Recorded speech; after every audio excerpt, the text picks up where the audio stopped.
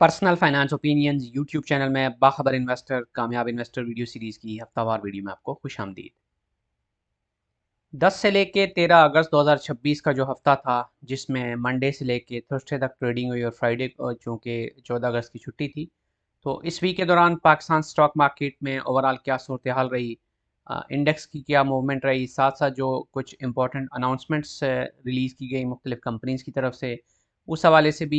बात की जाएगी इस वीडियो में। और साथ साथ हम ये भी देखेंगे कि इस वीक के दौरान डॉलर के मुकाबले में रुपए की कदर का क्या रुझान रहा, और ये भी हम इस वीडियो में डिस्कस करेंगे कि पाकिस्तान के जो फॉरेक्स के रिजर्व्स हैं उनकी सूरत हाल क्या है। इस वीडियो सीरीज़ का मकसद यही होता है कि स्टॉक मार्केट, उसमें लिस्टेड कंपनीज और ओवरऑल जो उससे डायरेक्टली या डायरेक्टली रिलेटेड जितने भी एस्पेक्ट्स हैं इकानमी के, उस हवाले से बात की जाए और आपको बाखबर रखा जाए। क्योंकि एज एन इन्वेस्टर जितना ज़्यादा आप वेल इन्फॉर्म्ड होंगे, उतने ही आप बेहतर डिसीजन ले सकते हैं और अपनी इन्वेस्टमेंट जर्नी में बेहतर रिजल्ट्स के लिए अपनी दगोदो में कामयाब हो सकते हैं। सबसे पहले हम वीकली न्यूज़ अपडेट्स की तरफ चलते हैं, और जिसमें कुछ इम्पॉर्टेंट जो अनाउंसमेंट्स जारी की गई हैं मुख्तलिफ कंपनीज़ की तरफ से पब्लिकली, उनकी बात करते हैं। और इसमें जो पहली अनाउंसमेंट है वो कैप्को की तरफ से है। और ओरिजिनली ये जो अनाउंसमेंट है, दिस रिलेट्स टू अटक सीमेंट, क्योंकि अटक सीमेंट की जो अनाउंसमेंट है तो उसी के हवाले से कैप्को ने भी अपनी अनाउंसमेंट जारी की है, बीइंग एन एसोसिएट कंपनी। तो अनाउंसमेंट ये है कि अटक सीमेंट पाकिस्तान जो है वो जिसके अंदर 46% शेयर होल्डिंग है कैप्को की,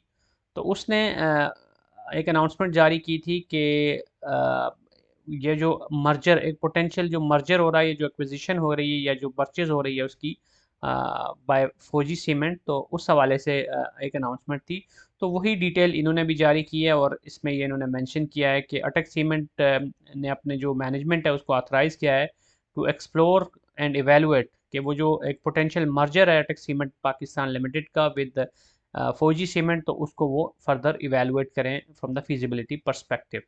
और फिर जो बोर्ड है वो जो मैनेजमेंट है वो इस फिजिबिलिटी की जो भी स्टडी होगी, जो वैल्यूएशन होगी, उसकी बेसिस पे अपनी जो रिकमेंडेशंस हैं वो बोर्ड ऑफ डायरेक्टर्स को प्रोवाइड करेगी। और फिर अकॉर्डिंगली उसके ऊपर सब्सीक्वेंटली जो भी डिसीजन है वो लिया जाएगा, सब्जेक्ट टू रेगुलेटरी अप्रूवल्स। तो ये एक अच्छा पोटेंशियल मर्जर देखने को नज़र आ रहा है सीमेंट सेक्टर के अंदर। फौजी सीमेंट के अभी रिसेंटली रिजल्ट्स भी आए हैं, तो बहुत अच्छी परफॉर्मेंस है उसकी। और फौजी सीमेंट और अटक सीमेंट का अगर मर्जर होता है तो ये एक बड़े प्लेयर के तौर पर सामने आएंगे। अगर ओवरऑल देखा जाए तो इस वक्त लकी जो सीमेंट है और वेस्टवे सीमेंट है,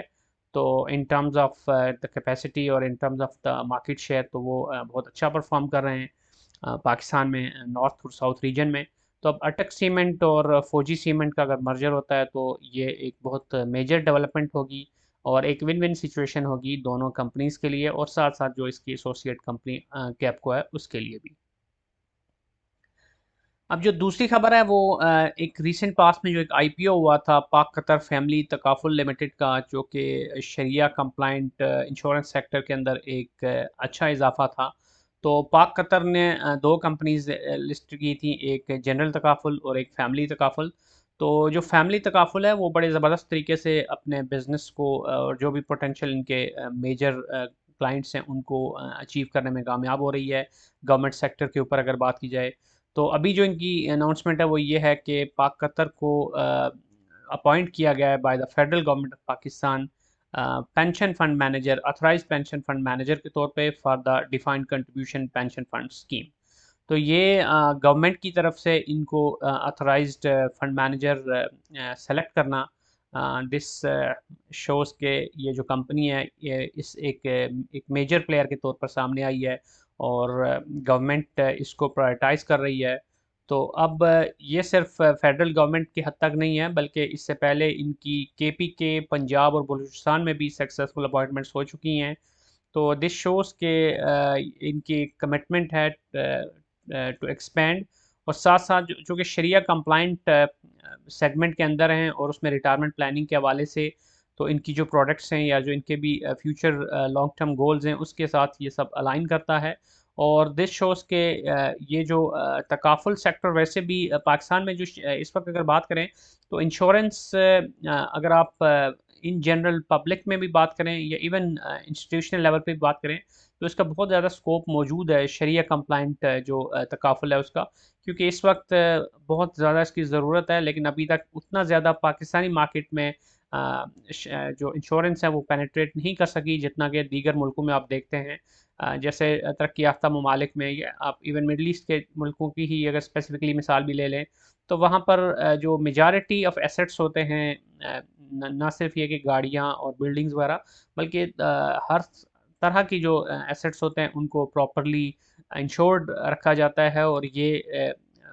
कुछ जगहों पर तो ये कंपल्सरी भी होता है। लेकिन पाकिस्तान में अभी भी इसकी बहुत ज़्यादा गुंजाइश मौजूद है, और अभी उतना ज़्यादा इसके अवेयरनेस भी नहीं है और उतना ज़्यादा उसकी अडॉप्शन भी नहीं है।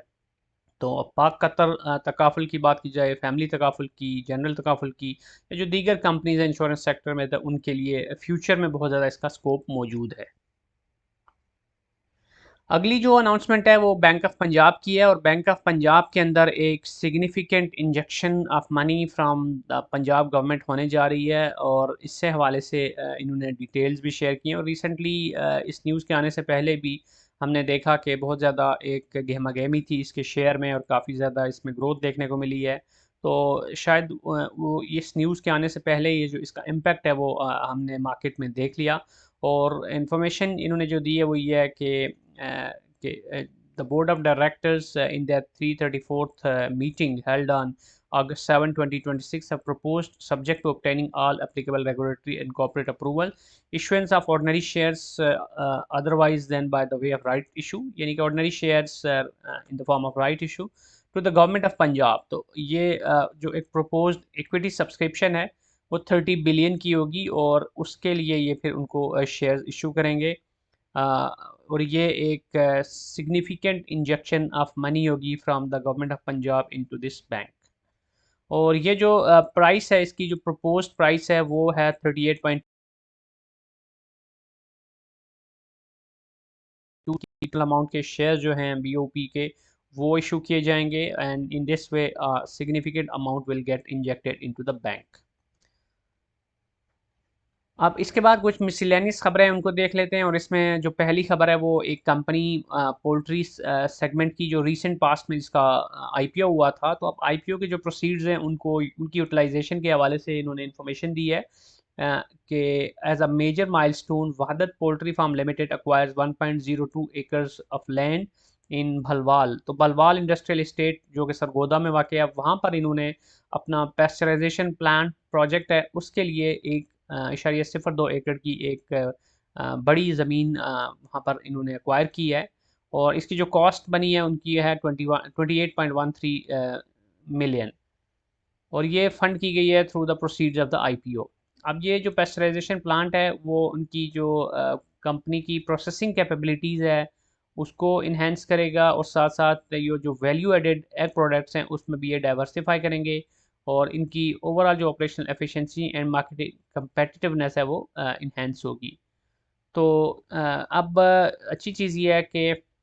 पाकिस्तान स्टॉक मार्केट में जितने भी आईपीओज हो रहे हैं उसमें कंपनीज अपनी जो वहाँ से प्रोसीड्स इकट्ठे करती हैं, तो उसका जो पर्पस होता है वो ऑलरेडी प्रोस्पेक्टस में भी एक्सप्लिसिटली मेंशन होता है कि आया वो कैपिटल एक्सपेंडिचर के लिए होगा, ऑपरेशनल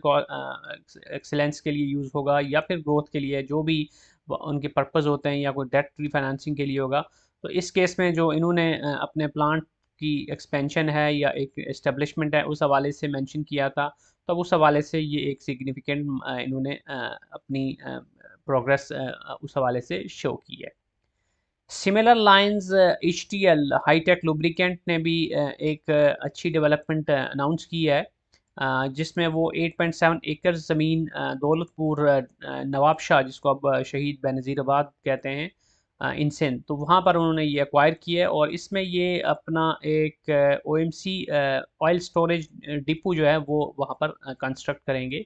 और ये जो है वो उनके ओएमसी सेगमेंट के लिए होगा। तो this is also a very strategic milestone for the company, और इसका पर्पज़ ये है कि उनकी जो स्टोरेज की ज़रूरियात हैं और सप्लाई चेन इंफ्रास्ट्रक्चर है उसको इम्प्रूव करने के हवाले से, तो वो ये एक मेजर कंट्रीब्यूशन होगा उस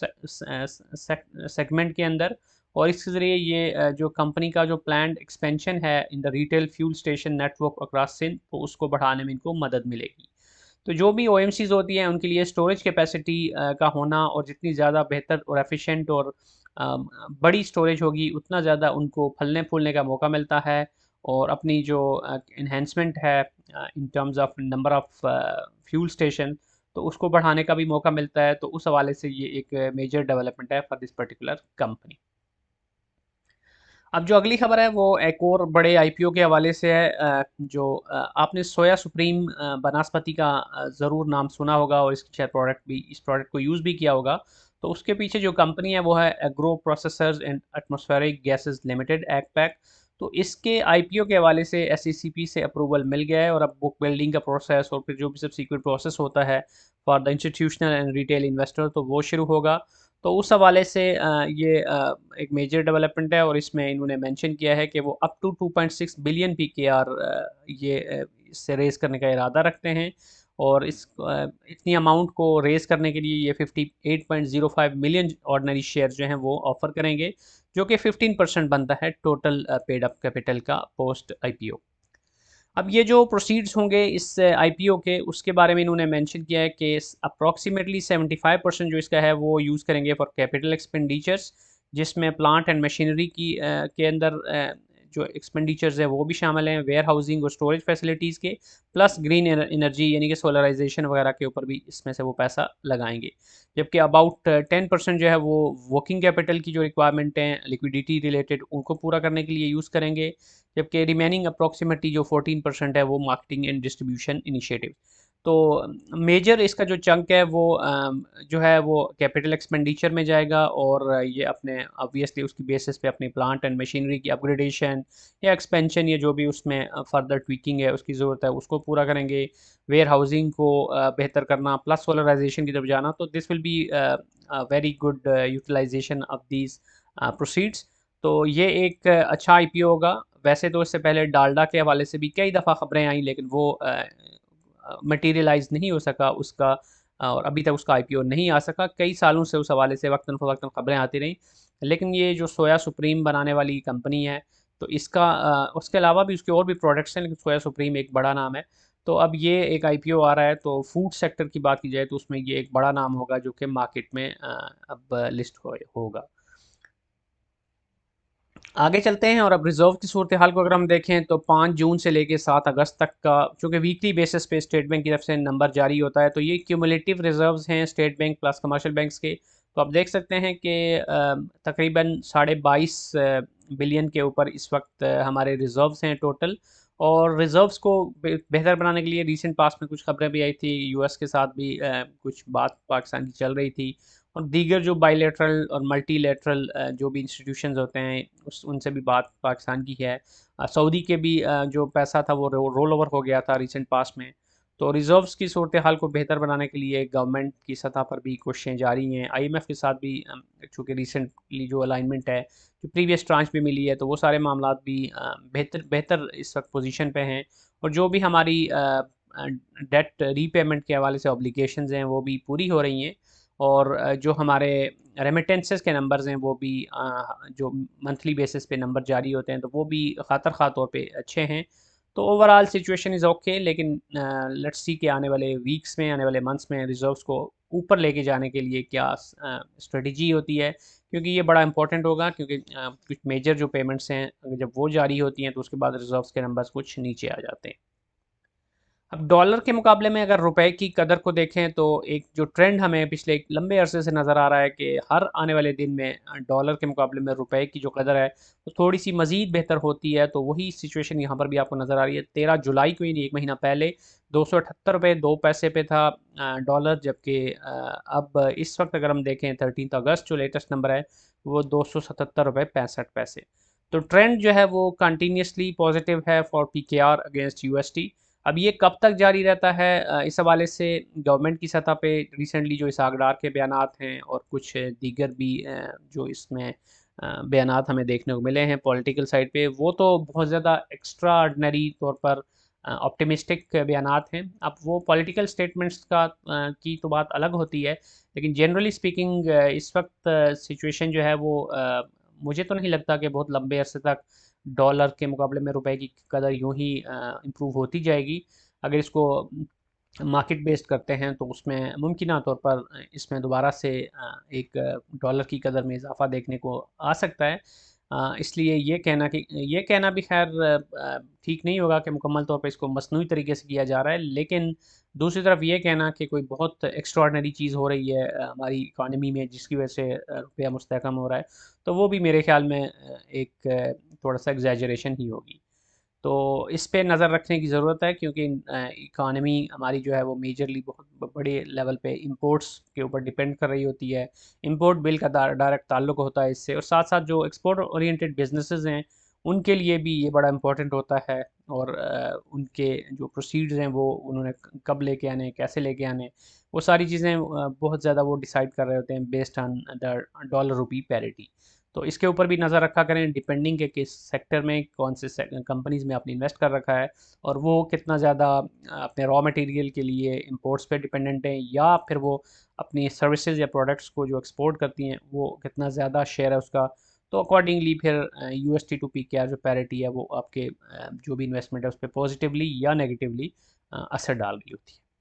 इसके बाद आखिरी सेगमेंट में अगर हम KSE 100 इंडेक्स की सूरत हाल का जायज़ा लें, तो ये जो वीक था इसमें 10 से लेके ये आप देख सकते हैं 4 दिन टोटल ट्रेडिंग हुई, जिसमें कोई बहुत ज़्यादा हौसला अफजा नंबर्स नहीं हैं। आल्दो के मार्केट ने पिछले कुछ अरसे में अच्छा गेन किया और 1,80,000 का हिस्सा फिर से अबूर किया। आल्दो के ये कुछ अर्सा पहले 1,90 के करीब थी, और उसके बाद डिक्लाइन आया due to various factors geopolitical front के ऊपर, प्लस